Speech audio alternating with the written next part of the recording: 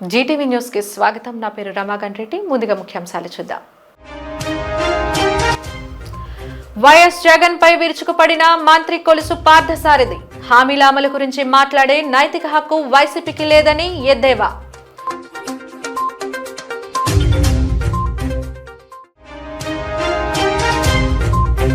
తాత్కాలికంగా సమ్మె విరమించిన జీవీఎంసీ మంచినీటి విభాగ పొరుగు సేవల సిబ్బంది. పెంచిన వేతనాలు అందజేస్తామని జీవీఎంసీ హామీ.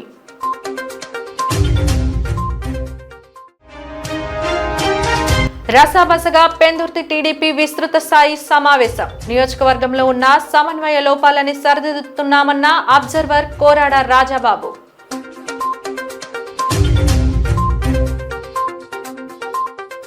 వైద్యో నారాయణ హరి. వైద్యుణ్ణి దైవంతో పోల్చిన పెద్దల ఆలోచనలు సార్థకం చేస్తున్నారు నగరానికి చెందిన కొంతమంది వైద్యులు.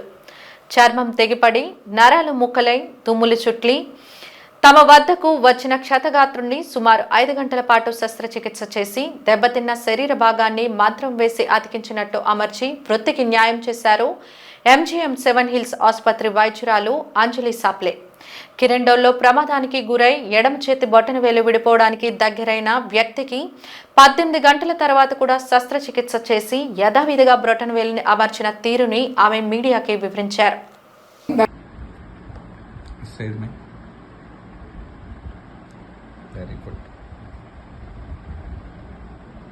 ఏమైనా ఇలాగా ఇంజరీ జరిగితే వచ్చే వరకు బిఫోర్ దాట్ ఇప్పుడు ఇది ఇక్కడ ఇది హైలైట్ చేయడం కాజ్ ఏంటంటే जिसमें मेरा लेफ्ट हैंड का थंब फिंगर ब्लास्ट के कारण चला गया था, बिल्कुल नहीं था. तो मैंने यहाँ किरंदुल के हॉस्पिटल में जाके दिखाया तो डॉक्टर ने कहा कि इसे बचाना बहुत मुश्किल है, थंब को काटना पड़ेगा. तब हमारे एक डॉक्टर से परिचय था, श्रीकांत सर. उनसे हमने बात किया. उन्होंने आइडिया दिया कि ना एक बार आप वाइजाग जाइए 7 हिल्स हॉस्पिटल में, बस चेकअप कराइए. तो तुरंत मेरे को यहाँ से रिफ़र कर दिया गया वाइजाग 7 हिल्स हॉस्पिटल. वहाँ जाके हमने अंजलि सैपले मैडम से कांटेक्ट किया. उन्होंने मेरे हाथ का सर्जरी किया. सर्जरी तकरीबन 4 से 5 घंटा चला, बहुत लंबा सर्जरी हुआ. उनके खूब ज़्यादा कोशिश करने के बाद, बहुत ज़्यादा मेहनत करने के बाद मेरा थंब फिंगर सही सलामत उन्होंने बचा लिया. उस दौरान पूरा यहाँ का मांस पूरा उड़ गया था. यहाँ का मांस कटिंग करके यहाँ फिल किया गया, प्लस स्किन ग्राफ्टिंग किया गया. उस दौरान फिर उसके बाद ऑब्जर्वेशन के लिए 2 महीने के लिए रखा गया. 2 महीने के बाद पूरा पट्टी खोलने के बाद मैडम ने कहा कि मूवमेंट करिए. तो अभी मेरा हाथ मूवमेंट सब हो रहा है. మన చేతిలో థంబ్ అయితే మినిమం 40% to 50% ఫంక్షన్ చేస్తుంది థంబ్ ఫింగర్. సో ఈ థంబ్ పోతే డిసెబిలిటీ విల్ బీ 40 to 50%. ఒక్క చేతిలో without the thumb there is no work. ఈ ఒక్కొక్క ఫింగర్కి మన 10% డిసెబిలిటీ ఇస్తాం, కానీ థంబ్ ఫింగర్ పోతే 40 to 50% డిసెబిలిటీ వచ్చేస్తుంది. ఎందుకంటే thumb is our main which differentiates humans from other species.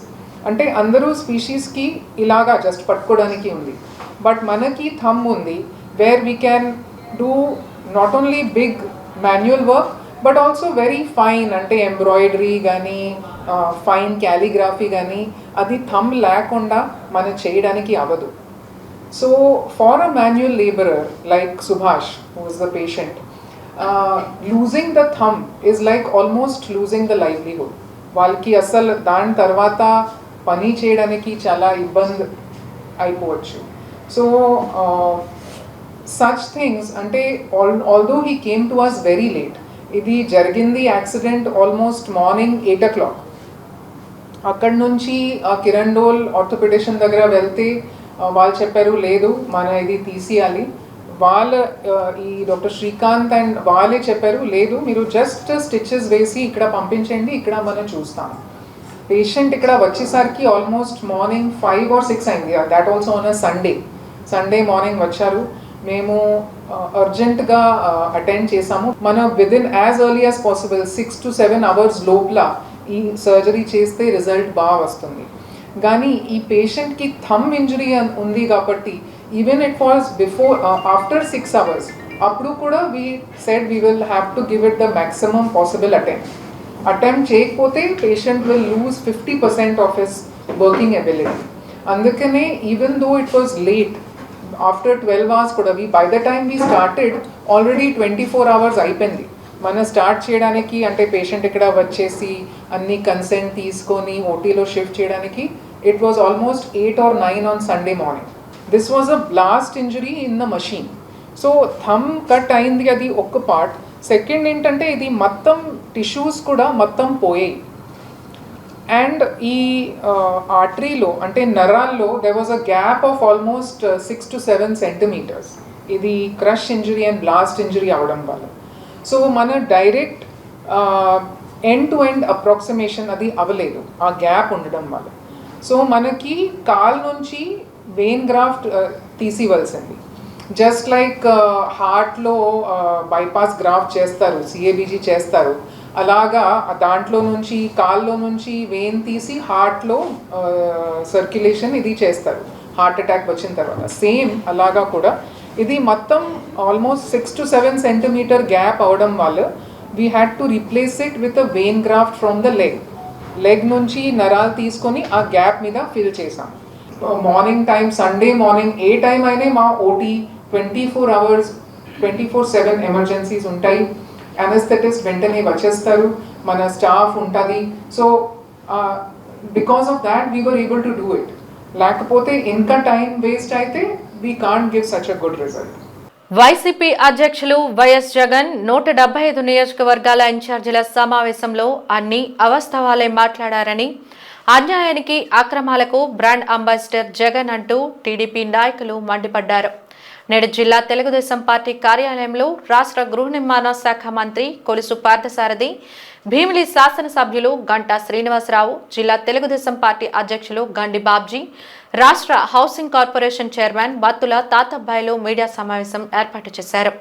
ఈ సందర్భంగా వారు మాట్లాడుతూ జగన్ రాజకీయాల్లో ఉండటానికి అనర్హుడని, సీఎం చంద్రబాబు ఇచ్చిన హామీలతో 80% అమలు చేశారని, జగన్ కు వైసీపీ నాయకులకు దమ్ముంటే కూటమి హామీలు అమలు, గతంలో వైసీపీ ఇచ్చిన హామీల అమలుపై చర్చకు రావాలని కోరారు. నాసిరకం మద్యం సరఫరా చేసి ప్రజల ప్రాణాలతో చెలగాటమాడిన వైసీపీ శ్రేణులు కూటమి పాలన గురించి మాట్లాడటానికి అనర్హులని చెప్పారు.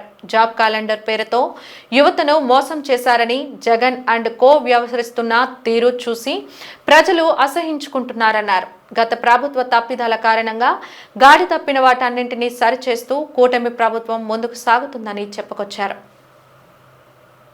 కింద దాదాపు 64 లక్షల మందికి పెన్షన్ ఇస్తున్నాం, దాన్ని రికాల్ చేసి 3,000 రూపాయలు ఇవ్వాలని చెప్తావా ప్రజలకి అని చెప్పేసి అడుగుతా ఉన్నా నేను.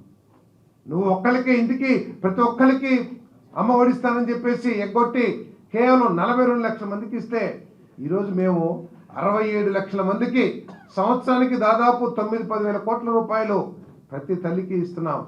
మరి దాన్ని కూడా రికాల్ చేసేసి కేవలం 42 లక్షల మందికే ఇవ్వమని చెప్పేసి మీరు ప్రజలకు చెప్తారని చెప్పేసి అడుగుతా ఉన్నా నేను. అదేవిధంగా మరి దీపం పథకం కానివ్వండి, ఏం చేయాలో మా మేనిఫెస్టోలో మేము అమలు చేయలేదు ఒకసారి అడుగుతా ఉన్నా నేను. మొట్టమొదటి సంవత్సరంలోనే దాదాపు 70-80% హామీలని అమలు చేయడమే కాకుండా రాష్ట్రం పూర్తిగా అప్పుల ఊపిలో ఉన్నా కూడా రోడ్లు నిర్మించాం. ఇంతకుముందు రోడ్లు ఏ విధంగా ఉండేయో ప్రతి ఒక్కరు కూడా ఆలోచించాలని చెప్పేసి మనం చేస్తా ఉన్నాను నేను. ఈరోజు రోడ్లు చాలా వరకు కూడా ప్రయాణయోగ్యంగా సౌకర్యవంతంగా ఉండే విధంగా పాట్హోల్స్ కానివ్వండి రోడ్లుగా నిర్మాణం చేస్తాను కూడా పూర్తి చేశామని చెప్పేసి మనం చేస్తా ఉన్నాం. మరి నువ్వు మీ పరిపాలనలో మీ పార్టీలో ఎన్నికైన సర్పంచ్లే ఇళ్లలోకి వెళ్ళి బోర్న ఏడ్చే పరిస్థితి మీ పరిపాలన ఉందా లేదా అని చెప్పేసి అడుగుతా ఉన్నాను నేను. ఆఖరి పంచాయతీల్లో పంచాయతీ హక్కు అయిన పంచాయతీ నిధులను కూడా వారికి తెలియకోకుండా నువ్వు దొంగతనంగా డ్రా చేసి నీ ఇష్టం వచ్చేట్టు వాడుకున్నావే. మరి ఈరోజు మా ప్రియతమ ఉప ముఖ్యమంత్రి గారి నాయకత్వంలో అన్ని 13,000 పంచాయతీల్లో తీర్మానాలు చేసి వారి తీర్మానాలకు అనుగుణంగా దాదాపు 4,500 కోట్లు ఎన్ఆర్జీఎస్ నిధులు ఖర్చు పెట్టి 3,500 కిలోమీటర్లు సీసీ రోడ్లు నిర్మించాం. మీరు ఎప్పుడైనా చేశారని చెప్పేసి చెప్తా ఉన్నా నేను. ఈరోజు పంచాయతీకి సంబంధించిన నిధులు ఏదైతే ఉన్నాయో అవి వారి హక్కు. వారికి తెలియకోకుండా ఒక్క రూపాయి కూడా ఖర్చు పెట్టకూడదనే విధంగా ఈరోజు ఈ ప్రభుత్వం పనిచేస్తుందని చెప్పేసి మనం చేస్తా ఉన్నాను. అదేవిధంగా మా యువనేత లోకేష్ గారు 6 పాలసీస్ తీసుకొచ్చి ఈ రాష్ట్రానికి ఒక దిశానిర్దేశం చేశారు. ఏ విధంగా యువశక్తి కానివ్వండి, స్త్రీ శక్తి కానివ్వండి, రాజకీయంగా పార్టీ కార్యకర్తలు కానివ్వండి, ఏ విధంగా ముందుకు తీసుకెళ్లాలనే దాని మీద తెలుగువాడి ఆత్మగౌరవాన్ని ఏ విధంగా పెంపొందించాలో ఒక 6 పాలసీస్ తీసుకొచ్చి ఈ రాష్ట్రానికి ఒక దిశానిర్దేశం చేసి ముఖ్యంగా మహిళలకి గౌరవం కల్పించాలని చెప్పేసి ఆయన సూచన చేస్తూ ఉంటే, ఇంకో పక్క మీరు ఏ విధంగా మహిళల్ని కించపరుస్తున్నారో, అటు తలదించుకునే విధంగా సమాజం తలదించుకునే విధంగా ఏ విధంగా మీరు మహిళల్ని కించపరిచారో ఈ రాష్ట్ర ప్రజలందరూ మీరు రోడ్ల మీదకి వెళ్ళినప్పుడు తప్పకుండా ప్రశ్నిస్తారని చెప్పేసి కూడా ప్రశ్నించాలని కూడా నేను ప్రజలను కోరుకుంటున్నానని చెప్పేసి మనం చేస్తాను. ఒక పక్క ప్రశాంత వాతావరణాన్ని ఈ రాష్ట్రంలో నెలకొల్పి పెట్టుబడులకి అంటే పరిశ్రమలు ఈ రాష్ట్రంలో తీసుకొచ్చి 20 లక్షల మందికి ఉద్యోగ అవకాశాలు కల్పించాలనే లక్ష్యంతో ఈ ప్రభుత్వం పనిచేస్తుంటే మీరు భయాందోళన సృష్టించే విధంగా రపరప నరకండి, ఎవడొచ్చినా తొక్కేస్తాం, లేకపోతే మహిళల్ని కించిపరిచే విధంగా చేసి మీ ర్యాలీలు దేనికండి? పరామర్శ అందరం చేస్తాం. ఎవరి కష్టంలో ఉన్నా కూడా ప్రతి ఒక్కరి బాధ్యత వాళ్ళకి వెళ్ళి ఒక ఆపన్నాస్తం అందించి మేము మీకు ఉన్నాము అని చెప్పేసి బలాన్ని కల్పించడమే కాకుండా వాళ్ళు పరామర్శ చేయాల్సిన బాధ్యత ప్రతి ఒక్కరి మీద ఉంది. పరామర్శ చేసే విధానం ఏమిటి? నీ బలాన్ని చూపించుకోవడానికి నువ్వు చేస్తావా? ఈరోజు అంటున్నారు జెడ్ కేటగిరీని. జెడ్ కేటగిరీలో ఉన్న వ్యక్తికి కొంత విచక్షణ జ్ఞానం ఉండాల్సిన అవసరం ఉందని చెప్పేసి నేను మనవి చేస్తా ఉన్నాను. పోలీసులు ఎప్పుడైతే మీ పర్యటనకి అక్కడ పరిస్థితుల దృష్ట్యా పర్మిషన్ ఇవ్వలేదో మీరు ఆగాల్సింది, లేదు ఇంకా సరైన సమయంలో పెట్టుకోవాల్సింది పర్యటన. అలా కాకుండా వాళ్ళు వద్దనటమే మాకు ఆయుధం అనే విధంగా నువ్వు ఇష్టం వచ్చినట్టు వెళ్ళిపోయి ఆఖరికి నీ కారు కింద పడిపోయిన వ్యక్తి గురించి కూడా నువ్వు ఇంకా 2-3 రోజులు తెలుసుకోలేకపోయావంటే కళ్ళు ఎక్కడికి ఎక్కినాయో. ఇప్పుడు వైఎస్ఆర్ కాంగ్రెస్ పార్టీ యొక్క ఆలోచన విధానం కానీ ఏ విధంగా ఉందో కూడా ఒకసారి ఆలోచించాలని చెప్పేసి మనం చేస్తాను. గౌరవ ముఖ్యమంత్రి గారు విశాఖపట్నం వచ్చారు. ఆ రోజు ఎయిర్పోర్ట్ లాంజ్లో కొంత సమయం దొరికితే జిల్లాకు సంబంధించిన ఎమ్మెల్యేలు, ఎంపీలు, మంత్రులు అందరూ కూడా ఆ రోజు ఆయనతో మాట్లాడడం జరిగింది. అక్కడ కూడా ఈ చర్చ వచ్చింది. మీరు అన్నట్టే చాలా రోజులు అయింది, దాన్ని త్వరగా ఏదో ఒక నిర్ణయం తీసుకొని దాన్ని మనం చేసుకోకపోతే ఇప్పటికీ అది సీ బ్రిడ్జ్ వల్ల బిల్డింగ్ కూడా కొంత డ్యామేజ్ అవుతూ ఉంది. త్వరగా డిసిషన్ తీసుకోవాలంటే ఆయన కూడా కన్సర్న్ చూపించి తప్పకుండా మనం చేయాలి. ఇప్పుడు మినిస్టర్ గారు చెప్పినట్టుగా ఎగ్జాక్ట్గా అదే అన్నాడు, మనం దాన్ని దేన్ని చేస్తే న్యాయం చేసినట్టు అవుతుందని. అది ఒక పర్పస్ కోసం తను కట్టుకున్నాడు. తను మళ్ళీ తనే శాశ్వతంగా ముఖ్యమంత్రిగా ఉంటాను, నేను ఉండటానికి కావాలి కట్టుకున్నాడు. దాన్ని ఇప్పుడు మనం ఏం చేయాలన్నా కూడా ఎట్లా యూటిలైజ్ అవుతూ కొంతమంది సలహాలు అడుగుతా ఉన్నాం. మా ఒకరిద్దరు సలహాలు చెప్పారు, ఇట్లా హైదరాబాద్లో పలక్లామా ప్యాలెస్ లాగా ఏదైనా హెరిటేజ్ బిల్డింగ్ లాగా చేయొచ్చు కదంటే ఎస్ అట్లా చేయొచ్చు. అది ఇప్పుడు మన చదువు ఇప్పుడు మ్యూజియం అని అది కూడా కొంతమంది సలహా ఇచ్చారు. బయట టొస్సాడు మ్యూజియం అందుకు అటువంటి దాన్ని పెట్టచ్చు, లేకపోతే ఇంకేదైనా అఫిషియల్గా స్టేట్ గెస్ట్ హౌస్గా పెట్టచ్చు, రకరకాలు చెప్పారు. బట్ ఏం చేసినా కూడా అది ఫుల్ ప్లేజెడ్గా కన్విన్స్ కాలేకపోతారు దానికి ఉపయోగపడేదానికి. మేము కూడా అన్నాం ఏదైనా సర్క్యూట్ హౌస్ తీసేస్తున్నాం కదా, ఒక గెస్ట్ హౌస్ కూడా పెట్టుకుందామని. గెస్ట్ హౌస్ అంటే అది ఎవరికైనా ఇస్తే వాళ్ళనే కొన్ని డెడికేటెడ్ రూమ్స్ అడుగుదాం స్టేట్కి అని చెప్పి కూడా కొంతమంది చెప్పారు. దీని మీద గవర్నమెంట్ కూడా సీరియస్గా ఉంది. 500 కోట్ల రూపాయలు మామూలు కాదు, అంత ధనం పెట్టి కట్టిన బిల్డింగు వృధాగా ఉంది. డెఫినెట్గా దాని మీద డిసిషన్ తీసుకోవాలి, తను డిసిషన్. విశాఖ స్టీల్ ప్లాంట్ ప్రైవేటీకరణ ప్రయత్నాలు ఆపాలని, విశాఖ స్టీల్ ప్లాంట్కు సొంత గనులు కేటాయించడమే పరిష్కారమని విశాఖ ఉక్కు పరిరక్షణ పోరాట కమిటీ చైర్మన్ సిహెచ్ నరసింహరావు అభిప్రాయం వ్యక్తం చేశారు. నేడు విజేఎఫ్ ప్రెస్ క్లబ్లో ఏర్పాటు చేసిన విలేకరుల సమావేశంలో ఆయన మాట్లాడుతూ Visakha steel plant blast furnace 3ను పునఃప్రారంభించడాన్ని అభినందిస్తున్నామన్నారు. కానీ విశాఖ స్టీల్ ప్లాంట్ను కాపాడాలంటే విశాఖ స్టీల్కి క్యాప్టివ్ మైన్స్ కేంద్ర ప్రభుత్వం కేటాయించడమే సరైన పరిష్కారమని అన్నారు. కనీసం సెయిల్లోనైనా విలీనం చేయాలని కోరుతున్నామన్నారు. కేంద్ర ప్రభుత్వం కావాలనే క్యాప్టివ్ మైన్స్ ఇవ్వకుండా విశాఖ స్టీల్ ప్లాంట్ ని నష్టాల్లోకి నెడుతుందని ఆరోపించారు. ప్రతి సంవత్సరం సొంత గనులు లేనందువలన సుమారు 4,000 కోట్లు విశాఖ స్టీల్ ప్లాంట్ అదనంగా ఖర్చు చేయాల్సి వస్తుందని, అదే నష్టానికి కారణమని చెప్పారు. విశాఖ స్టీల్ ప్లాంట్లోని ఉత్పత్తి విభాగాల ఆపరేషన్, మెయింటెనెన్స్ ను కేంద్ర ప్రభుత్వం ప్రైవేట్ కంపెనీలకు అప్పగించాలని నిర్ణయించిందని, అటువంటి నిర్ణయాలను ఉపసంహరించుకొని ప్లాంట్ ని యథావిధిగా నిర్వహించకపోతే ఉద్యమాన్ని ఉధృతం చేస్తామని హెచ్చరించారు. HP central plant already notification 30 పేజీల నోటిఫికేషన్ విడుదల చేశారు. దీని ప్రకారం సెంట్రల్ ప్లాంట్ బ్లాస్ట్ ఫర్నిచర్లు 2 కూడా ఒక ప్రైవేట్ కాంట్రాక్టర్కి ఇస్తారు. అందులో ఒక్క పర్మనెంట్ ఎంప్లాయీ కానీ ఒక్క కాంట్రాక్ట్ వర్కర్ కూడా ఉండడానికి లేదు. మొత్తం ఉత్పత్తి అంతా వాళ్ళే చేయడానికి ఏ విధంగా చేయాలో చెప్పారు. దీని ప్రకారం టెండర్స్ పిలవడం జరిగింది. రేపు 12వ తేదీకి ఆ కాంట్రాక్ట్ ఎవరో అవుతారు. వీరు అయిన తర్వాత ఇతర విభాగాలు కూడా వరుసగా ప్రైవేట్ వారికి అప్పగించడం జరుగుతుంది. అంటే విశాఖ స్టీల్ ప్లాంట్లో ఇప్పుడు పనిచేసేటువంటి కాంట్రాక్ట్ వర్కర్లు కానీ పర్మనెంట్ వర్కర్లు కానీ రాబోయే కాలంలో ఒక్కరూ ఉండరు.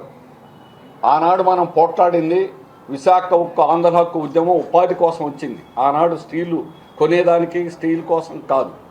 కానీ ఈరోజు దాని పూర్తి భిన్నంగా గత 10 ఏళ్ల నుంచి రిక్రూట్మెంట్ అనేది లేదు. 5,000 మంది కాంట్రాక్ట్ వర్కర్లను తొలగించారు, మీకు తెలుసు. అలాగే వరుసగా వీఆర్ఎస్ పేరుతోటి ఇప్పుడు 3 వీఆర్ఎస్లు అయిపోయి ఇంకా మిగిలిన వారిని అందరినీ సాగనంపేదానికి కూడా చేయడం అనేటువంటి జరుగుతుంది. దీనికి వారు మల్టీనేషనల్ కంపెనీలకు ఇవ్వడానికి చేసేటువంటి ప్రక్రియ ఇదంతా. స్థానికంగా ఉన్నవాడు కార్మికులుగా ఉన్నవాళ్ళు అక్కడ ఉండకుండా చేయడం, అట్లాగే ట్రేడ్ యూనియన్లు లేకుండా చేయడం. అందులో భాగంగానే మే 20వ తేదీ జరిగినటువంటి సమ్మెని ప్రభుత్వం పోలీసు యంత్రాంగంతో సహాయంతో పూర్తిగా అణిచేయడం జరిగింది. దుర్మార్గంగా ఎప్పుడూ లేని 40 ఏళ్ల చరిత్రలో మేము పునాదుల దగ్గర నుంచి పనిచేసాం. ఎప్పుడు కూడా పోలీస్ అనేటువంటిది లోపల ఎంటర్ అవ్వడం అనేది లేదు, ఓన్లీ సిఎస్ఎఫ్. కానీ అలాంటిది పోలీసును ప్రతి డిపార్ట్మెంట్లో పెట్టి పోలీసు వాహనాలను పెట్టి చంద్రబాబు నాయుడు గారి అనుమతితో మహానాడుకి వెళ్ళి మరీ ప్రత్యేకంగా అనుమతులు తెచ్చుకొని పోలీసును వినియోగించడం అనేటువంటి జరిగింది. ఈ రోజుకి కూడా అదే ప్రక్రియ సాగుతుంది. పెందుర్తి తెలుగుదేశం పార్టీ నియోజకవర్గ ఇన్ఛార్జ్ గాండి బాబ్జీ ఆధ్వర్యంలో పెందుర్తిలో ఒక ప్రైవేటు కళ్యాణ మండపంలో టీడీపీ విస్తృత సమావేశం నిర్వహించారు. సమావేశానికి ఎన్నికల అబ్జర్వర్ కోరాడ రాజాబాబు విచ్చేసి సమావేశాన్ని నిర్వహించారు. సమావేశంలో స్థానిక తెలుగుదేశం పార్టీ నాయకుల మధ్య సమన్వయ లోపం కారణంగా ఇన్ఛార్జ్ గాండి బాబ్జీపై కొంతమంది తెలుగు తమ్ముళ్లు అసంతృప్తిని వ్యక్తం చేశారు. విశాఖ నగర్ మేయర్ పీలా శ్రీనివాసరావు సహా తెలుగుదేశం పార్టీ సీనియర్ నాయకులకు పార్టీ కార్యక్రమాల సమాచారం ఇవ్వడం లేదని గాండి బాబ్జీపై మాటల తూటాలు పేల్చారు. ప్రోటోకాల్ ప్రకారం జిల్లాలో ప్రతి కార్యక్రమానికి అధ్యక్షునికి సమాచారం ఇస్తున్నామని, కానీ ఆయన నుండి మాత్రం తమకు సమాచారం లేదని వాపోయారు. సమావేశం అనంతరం కోరాడ రాజాబాబు మీడియాతో మాట్లాడుతూ నియోజకవర్గం క్యాడర్లో చిన్నపాటి మనస్పర్ధలు ఉన్నాయని, వాటన్నింటినీ సమన్వయం చేసుకుంటూ రానున్న ఎన్నికల్లో పార్టీ గెలుపుకి కృషి చేస్తామన్నారు.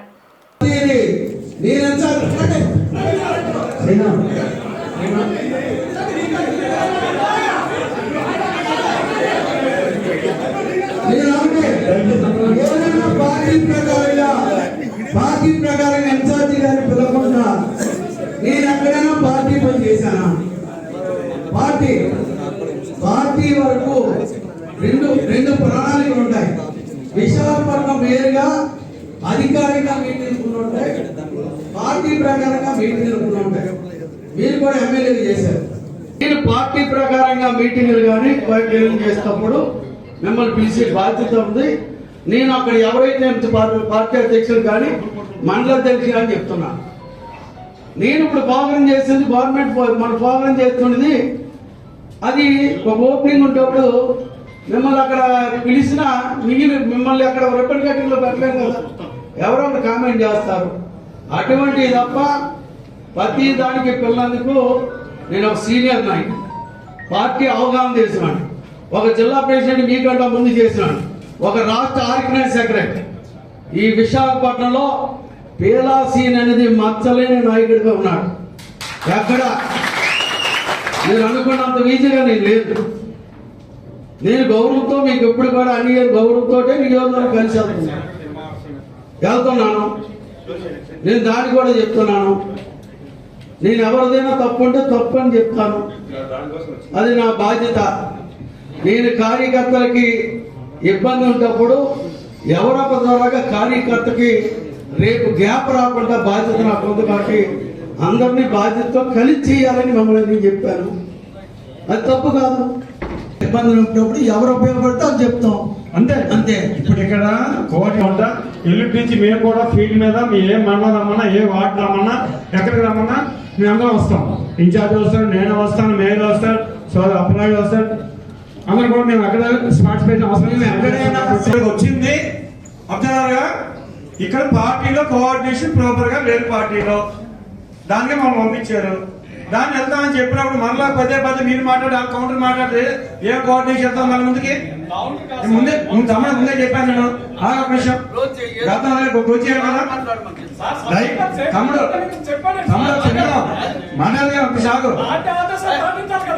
పెందుర్తి నియోజకవర్గం అబ్జర్వర్గా వేయడం జరిగింది. ఇక్కడ ఎన్నికల అబ్జర్వర్గా అయితే ఇక్కడ నియోజకవర్గంకి వచ్చేసరికి పూర్తిగా ఇంకా కమిటీ స్ట్రక్చర్ పూర్తి అవ్వలేదు. దాని మీద కుటుంబ సాధికార సంస్థల దగ్గర నుంచి మరి స్టేట్ కమిటీ వరకు ఉన్నటువంటి సీనియర్ లీడర్లు అందరినీ అలా నియోజకవర్గ సీనియర్లు అందరినీ కోఆర్డినేషన్ చేసుకొని ఈ కమిటీలు ఫస్ట్ తారీఖుల్లో కంప్లీట్ చేయడం కోసం పార్టీ నేను పంపించడం, అందులో భాగంగా ఈరోజు వచ్చి పెందుర్తిలో స్థితి సమావేశం ఏర్పాటు చేయడం జరిగింది. ఇప్పుడు అందరితో మాట్లాడాం. నాతో పాటు కూడా 14 మందిని అబ్జర్వర్గా వార్డుకి మండలాలకు వేయడం జరిగింది. వాళ్ళు కూడా ఇప్పుడు అందరికీ ఏ వార్డు ఎవరికి ఏ మండలం ఎవరికి ఇంట్రడ్యూస్ చేయడం జరిగింది. వాళ్ళందరూ కూడా వాళ్ళు కోఆర్డినేట్ చేసుకొని ఫస్ట్ కల్లా ఈ పెందుర్తి నియోజకవర్గంలో 100% కమిటీని పూర్తి చేసి పార్టీ ఏదైతే మా మీద గురుతరబాజీ పెట్టిందో దాన్ని కంప్లీట్ చేస్తామని తెలియపరచుకుంటాం. అంతర్గత విషయాలు అన్నీ రైతు తెలియదు అబ్బాయి. ఇప్పుడు వచ్చిన తర్వాత చిన్న కుటుంబ సభ్యులు అయినప్పుడు ఉమ్మడి కుటుంబంలో ఉంటుంటాయి. దాన్ని సరిచేసే కోఆర్డినేటర్ నా బాధ్యత ఉంది కాబట్టి నేను కంప్లీట్ చేస్తాను. చాలా వరకు అసంతృప్తితో ఉన్నారు,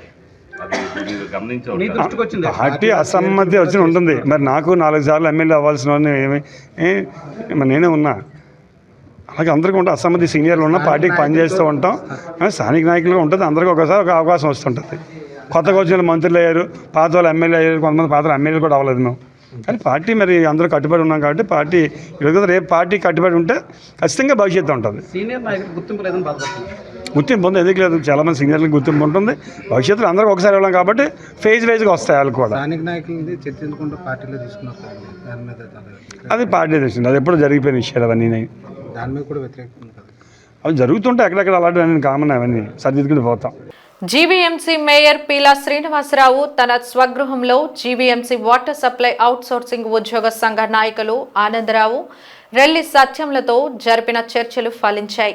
సమ్మెను బుధవారం వరకు తాత్కాలికంగా విరమిస్తున్నామని యూనియన్ నాయకులు తెలిపారు.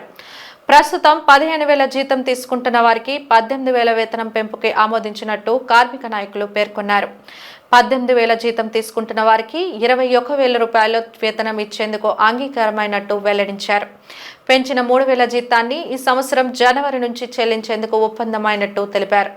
తమ డిమాండ్లను అంగీకరిస్తూ రాతపూర్వకంగా బుధవారంలోపు తీర్మానం చేయని పక్షంలో గురువారం నుంచి సమ్మెను మరింత ఉధృతం చేస్తామని యూనియన్ నాయకులు హెచ్చరించారు. బుధవారం లోపుగానే ఏఎస్ బిల్లు కమిషన్ సంతకం అవ్వకుండా 6 నెలలు మనకి ఎలాగైతే క్యాన్సిల్ చేసి మళ్ళీ కొత్త జీతాలు పెట్టడానికి ఇది అప్లోడ్ చేయడానికి ఒప్పుకున్నాం. ఇది రేపు పొద్దున్న సోమవారం మళ్ళీ క్యాన్సిల్ చేయాలంటే కమిషనర్ రావాలి, పంపు క్యాన్సిల్ చేయాలి. ఆయన క్యాన్సిల్ చేశాక కొత్త జీతాలు మళ్ళీ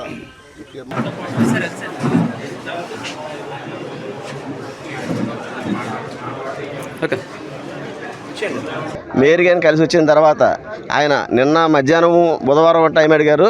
ఈరోజు కూడా అందరి సమక్షంలో బుధవారం టైం అడిగారు. అందులో మా ప్రధానమైన 2 డిమాండ్లు. కౌన్సిల్ తీర్మానం ప్రకారం 6 నెలల జీతాలు కొత్త వేస్తామన్నారు. ఇకపోతే కౌన్సిల్ తీర్మానం డేట్ నుంచి జనవరి నుంచి మే వరకు 5 నెలలు కూడా ఏరియస్ ఫైల్ రన్ చేస్తా అన్నారు. ఇప్పుడు మేము ఇచ్చిన సమ్మె నోటీసుని ప్రకారం నిన్నటి నుంచి ఈ 2 రోజులు సమ్మె కంటిన్యూ చేస్తున్నాము.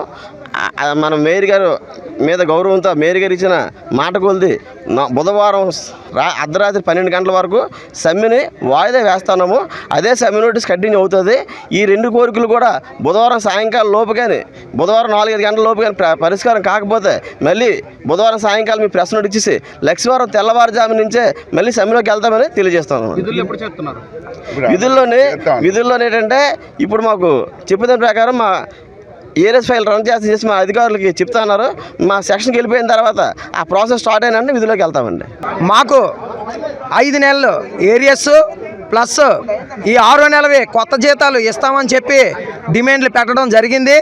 అది కూడా ఇప్పుడు ప్రతి ఒక్క సెక్షన్లో ఉన్న అధికారులు కూడా ఆ కార్మికులకి ఏరియస్ ఫైల్ రెడీ చేసి సంతకాలు పెట్టి ముందుకు తీసుకెళ్తే మేము సమ్మె విరమింపజేస్తామని నిర్ణయం తెలియపరుచున్నాము. అలాగే ఈ సమ్మె తాత్కాలిక వాయిదా మాత్రమే. ఈ సమ్మెని మాకు అనుకునే డిమాండ్లు మాకు నెరవేర్చకపోతే బుధవారం రాత్రి తెల్లవారితే లక్షవారం నుంచి ఈ సమ్మె మొత్తం కూడా కొనసాగుతుందని చెప్పి కార్మికులందరి తరపున కూడా తెలియజేసుకుంటూ సెలవు తీసుకుంటున్నాం. నమస్కారం. ప్రభుత్వానికి కట్టుబడి మేము పనిచేస్తాం. మేమంతా చుట్టుపక్కల గ్రామాల వాళ్ళవి. ఏదైతే మంచి చేస్తే ఈ ప్రభుత్వానికి మీకు మంచి పేరు వస్తుందని చెప్తూ నేను కూడా ఈవేళ ఒకటే చెప్పాను, చట్టానికి బేస్ ఎవరైనా చేయవలసి ఉంటుంది జీఎంసీలో. ఆ చట్ట ప్రకారంగా కౌన్సిల్ తీర్మానాన్ని ఉన్నప్పుడు అన్నీ కూడా చేసే బాధ్యత మాకు ఉంది. తొందరలోనే అనౌన్స్మెంట్ కూడా కార్పొరేషన్ నుంచి ఇచ్చే బాధ్యత మేము తీసుకుంటామని చెప్పడం, అందరూ కూడా లోకల్ వాళ్ళు ఆడవడం వల్ల కొంత నాకు ఒప్పుకొని వాళ్ళు యూనియన్కి ఒప్పుకొని మళ్ళీ యథావిధిగా వర్కుల్లో పనిచేయనందుకు సిద్ధమయ్యారు. మేము కూడా వాళ్ళకి చెప్పిన దానికి మేము కూడా చేయనందుకు అధికారికంగా డిస్కస్ చేసి దీన్ని పూర్తి చేస్తాం. విద్యాదాత విక్రమ్ దేవ్ వర్మ బహదూర్ 150వ జయంతి వేడుకలు ఆంధ్ర యూనివర్సిటీలో ఘనంగా నిర్వహించారు. సైన్స్ అండ్ టెక్నాలజీ భవనం ఎదుట ఉన్న ఆయన విగ్రహానికి ఆ మహాసంస్థాన్ యువరాజు విశ్వేశ్వర చంద్రచూడ్ దేవరాజా పూలదండలు వేసి నివాళులు అర్పించారు. ఆంధ్ర యూనివర్సిటీకి చెందిన Jeypore Vikram Dev college of science and టెక్నాలజీకి ₹1,00,000 వార్షిక స్కాలర్షిప్ను ఆయన ప్రకటించారు. ఈ మేరకు ఆ మొత్తాన్ని చెక్ రూపేణా ఏయూ వైస్ ఛాన్సలర్ ఆచార్య జిపి రాజశేఖర్కు అందజేశారు. ఈ సందర్భంగా యువరాజు మాట్లాడుతూ, గతంలో మహారాజా విక్రమ్ దేవ్ వర్మ ప్రతి ఏటా ₹1,00,000 విరాళం ఇచ్చేవారని, దాన్ని కొనసాగింపుగా ఈ ఏడాది నుంచి ప్రతి సంవత్సరం ₹1,00,000 సైన్స్ అండ్ టెక్నాలజీ కాలేజీకి విరాళం ఇస్తామని చెప్పారు. దాన్ని ఉత్తమ విద్యార్థులకు లేదా ఫెలోషిప్కి వినియోగిస్తారని తెలిపారు. మహారాజు ఒడిశా, ఆంధ్రప్రదేశ్ 2 రాష్ట్రాలలోనూ విద్యారంగ అభివృద్ధికి ఎన్నో దానాలు చేశారని, పెట్టుబడులు పెట్టారని తెలిపారు. పూర్వీకులు చూపిన గొప్ప మార్గంలో నడవడానికి తాను ప్రయత్నిస్తున్నానని, వివిధ రంగాల్లో విద్యను ప్రోత్సహించడంలో అనేక మంది యువ ఔత్సాహికులను జీవితాలను తీర్చిదిద్దడంలో కీలక పాత్ర పోషిస్తున్న ఆంధ్ర యూనివర్సిటీ కృషిని అభినందించారు.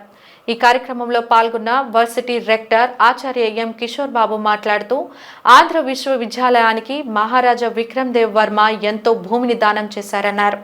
ప్రతిష్టాత్మక విద్యా సంస్థను నిర్వహించడానికి భూమి, నగదు రూపంలో మిగులు సంపదను విరాళంగా ఇచ్చి నిస్వార్థ రాజు దివంగత రాజాదిరాజా మహారాజు విక్రమ్ దేవ్ వర్మ బహదూర్ అని కొనియాడారు. He invested even more and he saved this university from being shifted to Guntur, which was the plan of the British government at that time. So it was due to his efforts and his land donations, and after that he donated surplus amount of wealth in money, in form of money and other help. So after that the university stayed here and this college was built. And one of the driving force behind this college, which most people don't know, was Dr. C.V. Raman, who was a Nobel laureate, and he served here as a professor. At that time, Maharaja Vikram Dev was serving as a professor here too, in one of the departments of Andhra Research University. And it was due to the effort of Dr. C.V. Raman and Dr. Sarvapalli Radhakrishnan, who approached Maharaja Vikram Dev after he became king, and then he started his effort of establishing this Science and Technology College. Now, at that time, people also believed that science was in its initial stage. So not many people were into science and technology at that time. Now, as we see that every other person is getting into IITs and they want to do something in engineering and science. But at that time, those people were really visionary because they thought that if we invest in science, science was the future, and even today we believe that science is the future of the coming generations, because now the science is even more advanced. So it is our just little help to these students who study here in the Science and Technology College, that just like Maharaja Vikram Dev, who spent 1 lakh annually, we have decided to donate 1 lakh annually as well. So every year on the birth anniversary of Maharaja Vikram Dev, we will donate 1 lakh from our charitable foundation, and that money will be given to the college, and the college can then pass over that money to the students, whoever they deem fit. Maharaja Sri Vikram Dev Varma Bahadur 156వ birthday celebrations జరుపుకున్నందుకు చాలా ఆనందంగా ఉంది. విక్రమ్ దేవ్ వర్మ గారు ఆంధ్ర యూనివర్సిటీకి founding ఫాదర్గా మంచి పేరు ఉంది. విక్రమ్ దేవ్ వర్మ గారికి founding father of Andhra university. Vikram Dev Varma గారు ఆయన ఉన్న కాలంలో ఆంధ్ర యూనివర్సిటీకి చాలా కాంట్రిబ్యూషన్స్ సర్వీసెస్ చేయటం జరిగింది. ఒక ఆంధ్ర యూనివర్సిటీకే కాదు, ఒరిస్సా స్టేట్లో అట్లాగే త్రూ అవుట్ ఇండియా ఎడ్యుకేషన్ సంబంధించి వివిధ రకాల డొనేషన్స్ చేసి చాలా పేరు ప్రఖ్యాతులు పొందిన వ్యక్తి విక్రమ్ దేవ్ వర్మ బహదూర్ గారు. ఈ సందర్భంగా వాళ్ళ ఫ్యామిలీ మెంబర్స్ అంతకుముందు విక్రమ్ దేవ్ వర్మ గారు యూనివర్సిటీకి అనుబంధంగా ఉన్నప్పుడు ఎవ్రీ ఇయర్ 1 lakh స్కాలర్షిప్ అప్పుడు ప్రతి ఇయర్ ఇచ్చేవాళ్ళు. మధ్యలో కొంతకాలం అది ఆఫ్ చేయటం జరిగింది. మరలా వాళ్ళ ఫ్యామిలీ మెంబర్స్ ఈ ఇయర్ నుంచి 1 lakh scholarship for only science స్టూడెంట్స్కి స్కాలర్షిప్ మొత్తం టోటల్ కాలేజీ మీద ఎవరైతే డిస్టింగ్విష్డ్ స్టూడెంట్ ఉంటారో, మంచి ఫస్ట్ ర్యాంక్ స్టూడెంట్ ఉంటారో వాళ్ళకి యూనివర్సిటీ కాన్వకేషన్లో స్కాలర్షిప్ ఇవ్వడం జరుగుతుంది. ఈ సందర్భంగా వాళ్ళ ఫ్యామిలీ మెంబర్స్కి కృతజ్ఞతలు తెలియజేస్తున్నాం. మళ్ళీ ఆ 1 lakh స్కాలర్షిప్ని రివైవ్ చేసినందుకు. వైసీపీ అధ్యక్షులు మాజీ ముఖ్యమంత్రి వైఎస్ జగన్మోహన్ రెడ్డి ఆశయాలకు అనుగుణంగా ప్రతి కార్యకర్త పనిచేయాలని 64వ వార్డు వైసీపీ అధ్యక్షుడు ధర్మాల శ్రీనివాసరావు పిలుపునిచ్చారు. ఈ మేరకు 64వ వార్డు గంగవరంలో Gajuwaka YCP social media convener Gantipilli Ammoru ఆధ్వర్యంలో 64వ వార్డు వైసీపీ అధ్యక్షులుగా నూతనంగా ఎన్నికైన ధర్మాల శ్రీనివాసరావుని ఘనంగా సాలువతో సత్కరించి అభినందనలు తెలిపారు. ముందుగా సాయిబాబా ఆలయంలో ప్రత్యేక పూజలు నిర్వహించారు. అనంతరం 2 నిరుపేద కుటుంబాలకు నెలకు సరిపడా నిత్యావసర సరుకులు అందజేశారు. ఈ సందర్భంగా ధర్మాల శ్రీనివాసరావు మాట్లాడుతూ మరొక్కసారి వార్డు అధ్యక్షుడిగా అవకాశం కల్పించిన గాజువాక మాజీ ఎమ్మెల్యే తిప్పల నాగిరెడ్డికి, గాజువాక వైసీపీ ఇన్ఛార్జి తిప్పల దేవన్ రెడ్డికి, జిల్లా అధ్యక్షుడు కేకే రాజుకి ధన్యవాదాలు తెలుపుకుంటున్నానన్నారు. అలాగే వచ్చే ఎన్నికల్లో వైసీపీ అధికారంలోకి వచ్చే విధంగా ప్రతి కార్యకర్త కష్టపడి పనిచేయాలన్నారు. ఈ కార్యక్రమంలో స్థానిక నాయకులు పితాని అన్నవరం, కోవిరి బాపనయ్య, కదిరి సత్తయ్య, డిఎల్బి నూకరాజు, కోవిరి ఆది, కంబాల మల్లేశ్వరరావు, కార్యకర్తలు, అభిమానులు అధిక సంఖ్యలో పాల్గొన్నారు. నా సోదరుడు తిప్పల దేవన్ రెడ్డి గారికి, మరి అలాగే జిల్లా వైఎస్ఆర్ కాంగ్రెస్ పార్టీ అధ్యక్షులు సోదర సమానులు కేకే రాజు గారికి, నాకు ఈ పదవి రావడానికి నాకు సహకరించిన నా 64వ వార్డు అన్ని గ్రామాల వైఎస్ఆర్ కాంగ్రెస్ పార్టీ కార్యకర్తలందరికీ నేను రుణపడి ఉంటాను. ఎందుకంటే పదవులు ముఖ్యం కాదు, ప్రజాసేవే ముఖ్యం. మనం ప్రజల్లోకి వెళ్ళేటప్పుడు పదవి ఉన్నా పదవి లేకపోయినా ఆప్యాయతగా పలకరించి గౌరవంగా మనం ఎప్పుడైతే ఆదరిస్తారో అదే ముఖ్యం. మీరు కానీ గడప గడప ప్రభుత్వం అనే కార్యక్రమం పెడితే ప్రతి ఒక్క ఆడపడుచు కూడా మిమ్మల్ని చెప్పులతో కొట్టే పరిస్థితి. మీరు ఏం చేశారని ప్రజల్లోకి వెళ్తారు. మీరు చెప్పేవన్నీ కూడా నెరవేర్చలేదు, మీరు ఇచ్చిన హామీలన్నీ ఏ ఒక్కటి కూడా నెరవేర్చలేదు. దయచేసి ప్రజలందరూ గ్రహించాలి.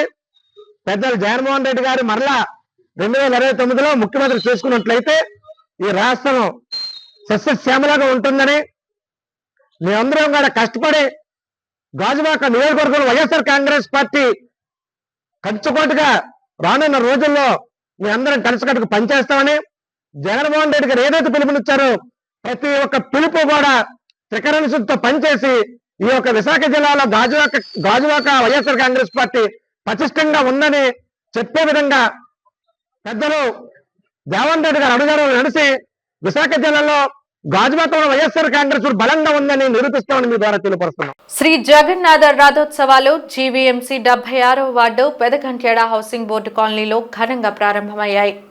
ఇక్కడి పురాతన ఆలయంలో జగన్నాథ, బలభద్ర, సుభద్ర మాతల విగ్రహాలను రథంపై ఉంచి పురవీధుల్లో ఊరేగించారు. వందలాదిగా వచ్చిన భక్తులు రథాన్ని లాగుతూ జయహో జగన్నాథ అంటూ ముందుకు కదిలారు. గత 20 ఏళ్లుగా రథోత్సవాలను నిర్వహిస్తున్నట్లు కమిటీ సభ్యులు తెలిపారు. ప్రతిరోజు ఆలయంలో విశేష పూజలు నిర్వహిస్తున్నట్లు తెలిపారు. హౌసింగ్ బోర్డు పురవీధులన్నీ జన సందోహంతో నిండిపోయాయి. ఆలయ అధ్యక్షుడు ప్రమోద్ కుమార్ సారంగి నిర్వహణలో విస్తృత ఏర్పాట్లు చేశారు. బీజేపీ నాయకులు జీలకర్ర రమణ, భువనేశ్వరి దంపతులు స్వామివారిని దర్శించుకొని ప్రత్యేక పూజలు నిర్వహించారు.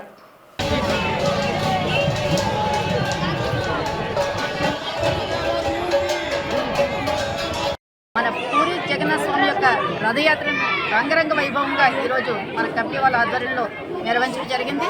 ఏదైతే తెలుగు రాష్ట్రాలు, ఉమ్మడి రాష్ట్రాలు ఉన్నప్పటి నుంచి కూడా ఈ యొక్క పూరి జగన్నాథ స్వామి రథయాత్ర జరుగుతున్న పలు చోట్ల మన హౌసింగ్ బోర్డ్ కాలనీలో 2013 నుంచి కూడా ఈ కార్యక్రమాన్ని చిన్న గుడిగా ప్రారంభించి ఈరోజు ఇంత పెద్ద దేవాలయాన్ని వీళ్ళు కట్టడం జరిగింది.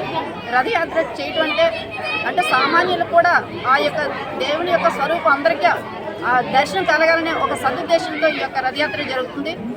అంటే ఒక నానుడు ఏంటంటే ఏదైతే పాపాలు ఉంటాయో, పాపం చేసిన వాళ్ళు ఆ ధర్మ చక్రాల కింద నలిగిపోతారనే ఒక నినాదం కూడా ఉంది. అంటే భగవంతుడి యొక్క స్వరూపాన్ని అందరూ దర్శించుకొని ఈ పూరి జగన్నాథ స్వామిని దర్శించుకొని అందరూ ఆరోగ్యాలతో ఉండాలని ఆ భగవంతుడు కోరుకుంటూ, అలాగే మన సనాతన ధర్మాన్ని ఈరోజు దేశవ్యాప్తంగా కూడా మనం ఈ రథయాత్రల ద్వారా పూరి జగన్నాథ స్వామి అక్కడికి అందరం దర్శించుకోలేము కాబట్టి ఇక్కడ మన హౌసింగ్ బోర్డ్ కాలనీలో కూడా ఈ పూరి రథయాత్ర మన రంగరంగ వైభవంగా నిర్వహించడం జరుగుతుంది. పోలీసులపై లేనిపోని అబండాలు మోపి ప్రజల్లో పోలీస్ వ్యవస్థపై ఉన్న నమ్మకాన్ని తగ్గించేలా వ్యవహరించడం సరికాదని ఏసీపీ నరసింహమూర్తి అన్నారు. 4వ పట్టణ పోలీసులపై ఈరోజు ఒక కార్మిక సంఘం సహకారంతో కొంతమంది గిరిజన మహిళలు మీడియా ఎదుట చేసిన ఆరోపణలు ఖండిస్తూ ఏసీపీ ఫోర్త్ టౌన్ పోలీస్ స్టేషన్లో విలేకరుల సమావేశం ఏర్పాటు చేశారు. ఈ సందర్భంగా ఆయన మాట్లాడుతూ ఇటీవల 4వ పట్టణ పోలీస్ స్టేషన్కి మీరట్ సినిమా థియేటర్ యాజమాన్యంకు సిబ్బందికి సంబంధించిన సమస్యపై ఫిర్యాదు అందిందని, తమ వంతు బాధ్యతగా కేసును క్షుణ్ణంగా పరిశీలించి యాజమాన్య సిబ్బంది సమస్య కాబట్టి లేబర్ కోర్టులో సమస్య పరిష్కరించుకోవాలని సలహా ఇవ్వడం జరిగిందని, అంతేకాకుండా తమ వైపు నుండి కేసుని కార్మిక విభాగానికి తెలియజేశామన్నారు. ఇరు పార్టీల వారిలో ఒకవైపు గిరిజన మహిళలు, మరోవైపు దళిత మహిళలు ఉండడంతో చట్ట ప్రకారం SC/ST అట్రాసిటీ కేసు నమోదు చేయడం వీలు కాదన్న విషయాన్ని సదరు ఆరోపణదారులు తెలుసుకోవాలని సూచించారు. పోలీసులు ఎల్లప్పుడూ ప్రజా రక్షకులే కానీ కేసుని తప్పుద్రోవ పట్టించాల్సిన అవసరం పోలీసులకు లేదని స్పష్టం చేశారు. వాళ్ళ సొంతంగా రాసి ఇవ్వడం జరిగింది. ఇది ప్యూర్లీ థియేటర్లో ఉన్న వివాదం గురించి, ఉద్యోగాలు మానేయమన్నారని తీసివేయమన్నారని వివాదం గురించి. కాబట్టి ఈ వివాదాన్ని మేము లేబర్ డిపార్ట్మెంట్ కూడా పంపడం జరిగింది. లేబర్ డిపార్ట్మెంట్ కూడా వాళ్ళకి డైరెక్షన్స్ ఇవ్వడం అనేది జరిగింది. అయితే ఇప్పుడు ఏమొచ్చింది, అక్కడ ఉన్న మేనేజర్ కులం పేరు పెట్టి వాళ్ళు దూషించారు కాబట్టి వాటి మీద చర్య తీసుకోమని చెప్పేసి అని, చర్య తీసుకోలేదు పోలీసులు అని చెప్పేసి అనేది ఒక రకమైన ఎలిగేషన్ అనేది చెప్పడం జరిగింది. యాక్చువల్గా ఎవరి మీద అయితే వీరు ఎలిగేషన్ చెప్పారో ఆ అమ్మాయి కూడా SC కులానికి చెందిన ఆవిడ. కాబట్టి ఒక SC కులానికి ST కులానికి మధ్య ఏదైనా దూషణ వివాదం వస్తే ఇద్దరు SC/ST కులానికి చెందినప్పుడు SC/ST అట్రాసిటీస్ యాక్ట్ రాదు. ఎవరైనా మా మీద మీరు యాక్షన్ తీసుకోలేదు, మీరు చర్య తీసుకోలేదు అనే ముందు ఎవరు ఏమిటి మమ్మల్ని కూడా సంప్రదించాలి. మీరు ఈ చర్య ఎందుకు తీసుకోలేదని అడిగితే మేము క్లియర్గా చెప్తాం. కాకుండా మీ దగ్గరకు వచ్చి వెళ్ళినందువల్ల ప్రజల్లో ఒక రకమైన పోలీసులు చర్య తీసుకోలేదనే భావన కలుగుతుంది.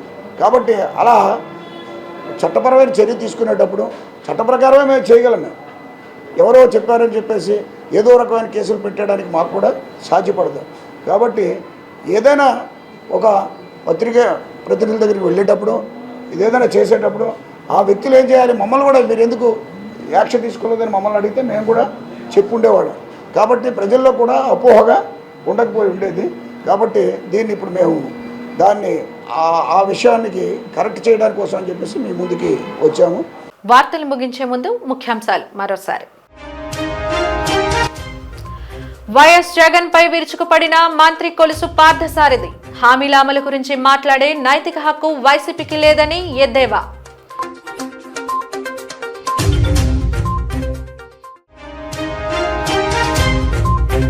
తాత్కాలికంగా సమ్మె విరమించిన జీవీఎంసీ మంచినీటి విభాగ పొరుగు సేవల సిబ్బంది. పెంచిన వేతనాలు అందజేస్తామని జీవీఎంసీ హామీ.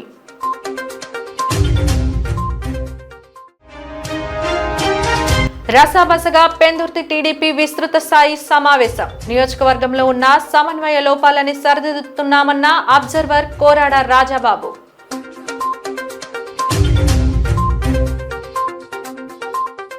జీటీవీ న్యూస్ ఇంతటితో సమాప్తం. నమస్కారం.